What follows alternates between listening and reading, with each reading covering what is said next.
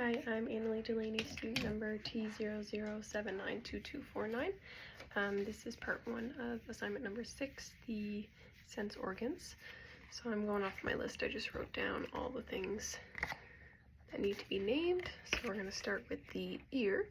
So the pinna of the ear is the flap. His stand-up, some dogs flop down, but that's just that big flop of the ear. And then the external auditory canal, so that's the opening. So there's the vertical aspect and then there's a horizontal aspect. So when you look in, you're looking at the vertical aspect, and then it kind of makes a turn for that horizontal aspect. And then the tympanic membrane, so that's at the very end of that horizontal aspect. That's also known as the eardrum. And then for the eye, I don't know how cooperative he's going to be. So the cornea is the kind of that clear part of the eye, so the very front of the eye. And then there's the iris, which is the color of the eye. And then the pupil is the opening in the iris, which is that dark circle, which dilates and constricts with light. And then he's showing us his sclera, which is the white of the eye.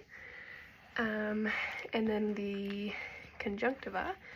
So there is the palpebral conjunctiva, which lines the eyelids, and then the bulbar, which lines the eyeball itself. The medial and lateral canthus, so that's where the eyelids meet. So the medial would be close to his nose, and lateral is out here.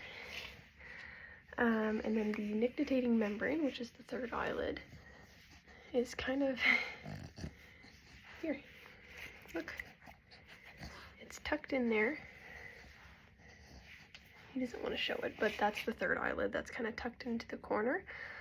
And then the lacrimal puncta, so that's where the tears would drain, and that drains into the nasolacrimal duct, which extends from the eye down into the nasal cavity. So that's why whenever you do a fluorescein stain, that's why sometimes you'll see it draining out of the nose, because that's draining from there just down through that nasolacrimal duct.